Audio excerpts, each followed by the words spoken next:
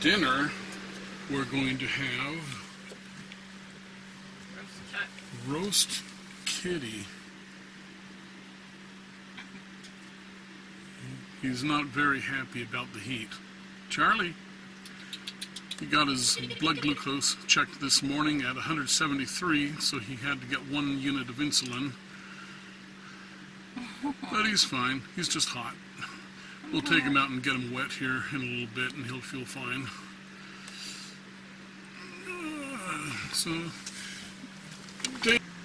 Charlie, want to get your blood glucose checked? Want to get your blood glucose checked? Come in. Let's do your check.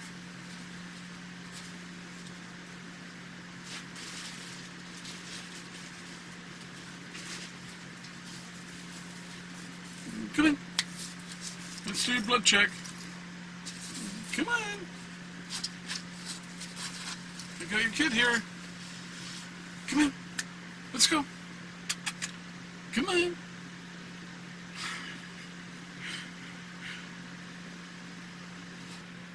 This is Charlie's blood glucose checking kit. This here is the poker that you use. This end comes off. And there's a little needle point in there. There's the safety cap for it. This is the poking device for the kit. We find it doesn't work, so we don't use it. But if you were to try it, this goes in, the cap comes off, the lid goes on, and then you push that button there. You press in, push the button, and it's supposed to poke the cat here, but we've never been able to get it to work. These are his test strips. They come in a packet here with I think it's 50 strips per bottle, and the bottle has a number on it. Here you can see 38 is the number for cats, so you have to calibrate your Alpha Track 2 meter, and you put the test strip in the meter like that. The meter will calibrate real quick, and you see the number 38 pop up in there, and then you see that and it's ready to go. So now I need to get the cat over here, and we're going to do an ear poke. Okay, so we have the cat here now, and we're going to get him ready for his shot. And what we like to do is rub his ears to stimulate blood flow, get the little circulatory action going on inside there. And it gives a better result when you try to poke his ear, because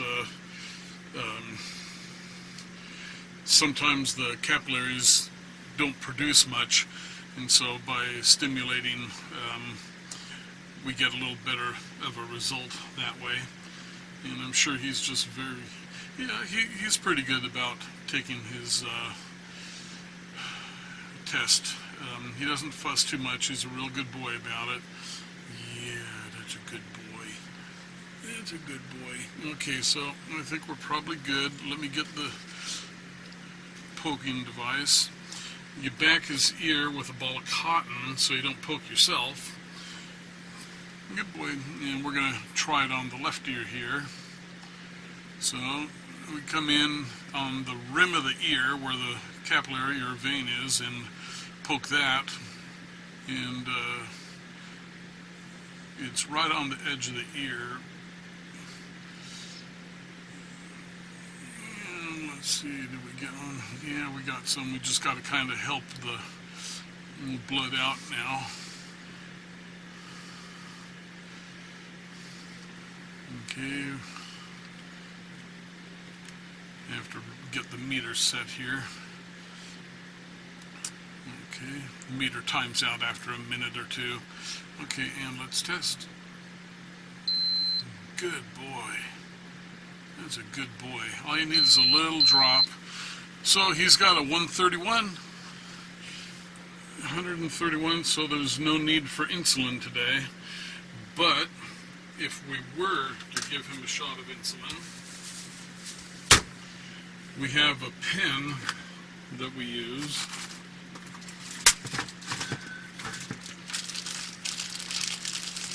We use Lantus, which is a slow-acting insulin, and comes in a pen like this.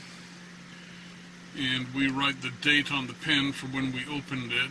It's good for 28 days if it's left out in the open, and longer if you keep it in the fridge like we do, because he uses so little of it that we just give him a little shot once in a while. He only needs 1 unit, and I believe there's 100 units. Yeah, there's 100 units in the pen. So if we were to do that, we would take the pen out. We would uncap this needle. It has an outer cap and an inner cap, and we would screw it onto the pen. And then you would get the cat, in this case Charlie, and you would grab a roll of fat back here, hold your finger on the needle, and poke him, and hold it for about 10 seconds. He just gets 1 unit, and that's it. He takes it very well. We find that 1 unit is good for controlling 50 points of blood sugar or glucose, and so at 130, obviously, we don't give him a shot because that would bring him down to 80, and 90 is the minimum for cats. 90 to 140 is the target, but we won't give him a shot until he hits about 165 because there's a chance that he would crash. So 165 is the minimum. 165 minus 50 units of blood glucose would bring him down to 115, which is good. And okay, so after we're done giving him his shot, I just grab a moist paper towel and I just wipe his ear, and I just kind of clean things up a little bit. Good boy. What a good boy. And you're done, buddy. Good boy. So that's how we take care of Charlie's diabetes. He gets checked almost every day. With him, we've been able to tell that with he seems to be on about a 2 and 3 day cycle where he'll get a shot at 160 or 70 or even as high as 190, and he will then maintain himself for about 3 days, but he will slowly creep back up. So he had 171 yesterday. We gave him 1 unit, and today he's at 131, which is pretty good. Tomorrow he'll probably hit 145 to 150, and then the third day he'll probably need a shot again. And so it's real easy to do. The insulin costs about, I think it's like $500 a year. The test strips are a couple hundred a year. Unfortunately, things do add up, but he's our best buddy, and so it's worth it. That's his feeding station there in the truck camper, and it looks like he's going to go on down now. Are you done? You sick of me? Are you tired of me? Yeah, he's at the camera bag now. He might go up front. That's where his litter box is. So that's it. That's how we take care of Charlie's diabetes. And so now, I think we probably are just about ready. We're going to try and get an ear poke. So, here we go. We back the ear, get some light, push the test strip in, activate the meter. Good boy. And we're going to poke him just like this. I come in at a 45-degree angle and I try to vary locations on the ear.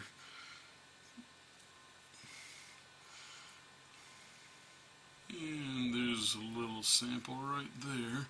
And you have to get enough to be able to do it, and you kind of milk the ear a little bit too. You know, you can work the vein and get it. So we got our sample. And okay, so we are a little bit high. That's a 171. So that means we're going to get an insulin shot. Okay, and of course he's going to lay down on top of his thing. I'm going to get rid of the needle before he thinks it's a toy. And put the cap on it and dispose.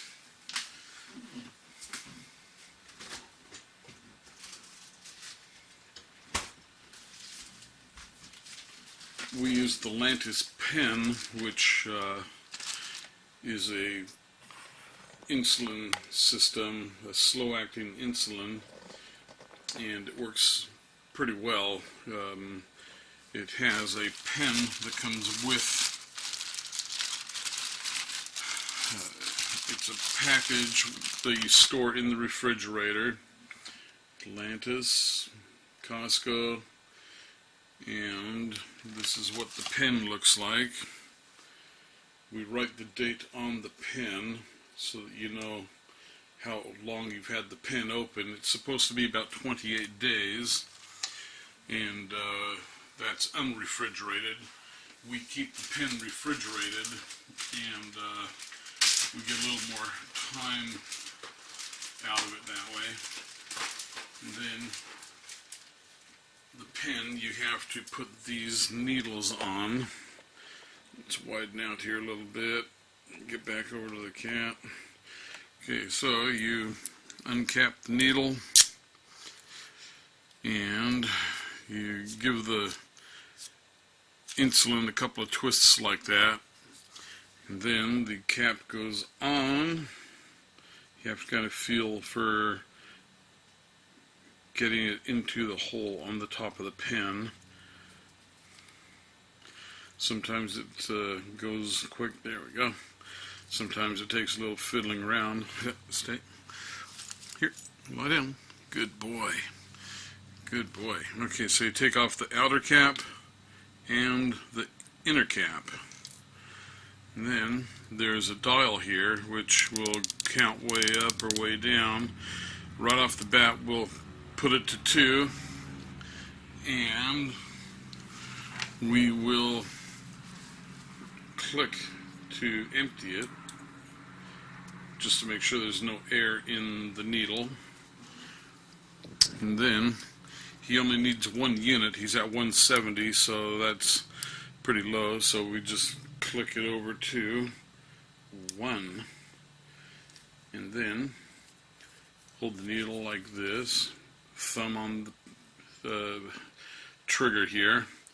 You grab a fat roll on the kitty, and you try to find a spot here in the fur where you can see skin. It's a fold of fat, and you stick it in, click the needle, hold it for about 10 seconds to make sure you get all the insulin in. You want to get it into the fat area.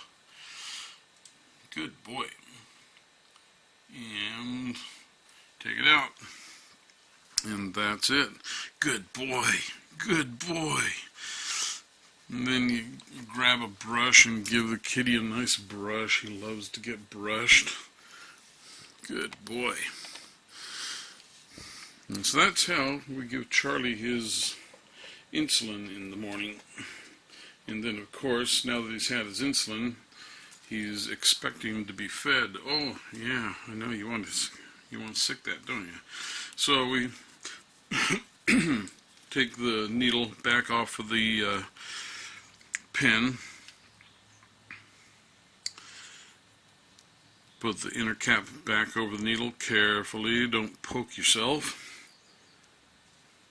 Then we take the outer cap, put that in there, recap the pen, Use the head of the pen to push the needle all the way into the cap, and it becomes its own little sharps dispenser because everything's all deep inside, and you can dispose of it. Usually we put it into an empty clear plastic container, and that way it's a sharps container, and we can take it down to the disposal station where they take sharps. Good boy. Hey, good boy. Good boy. And so that's the routine. He gets his insulin checked every morning, and we keep an eye open for if he's drinking and urinating excessively. That's a sign that his glucose is too high, and we try not to give him insulin if his glucose number is 150 or less, because then you could cause him to crash. And when he hits 160, I'll give him the shot, but I'll only hold the needle in for about 2 seconds, and that way the full charge doesn't dispense, and so he still gets some insulin but not a full dose. And if he's over 170, then I'll give him the full dose, holding the needle for 10 seconds. And if he is higher than, I guess it's about like 210, then you give him 2 units. It's roughly about 50 points of blood glucose per unit of insulin for him. And so his first unit starts at 170, and then at 230 he'll get 2 units, and if he gets up to 280 and 300, then he'll get 3 units. Fortunately, he has not needed that much insulin in over a year now. We found him to be diabetic when we took him to the vet, and he had a 430 glucose number. So we started him on the insulin, and within about 2 months he was in full remission from insulin. And then we started to ease back on the insulin, regulating how much we were giving him by his glucose number. And then we also put him on a diet, and his insulin numbers began to rise again.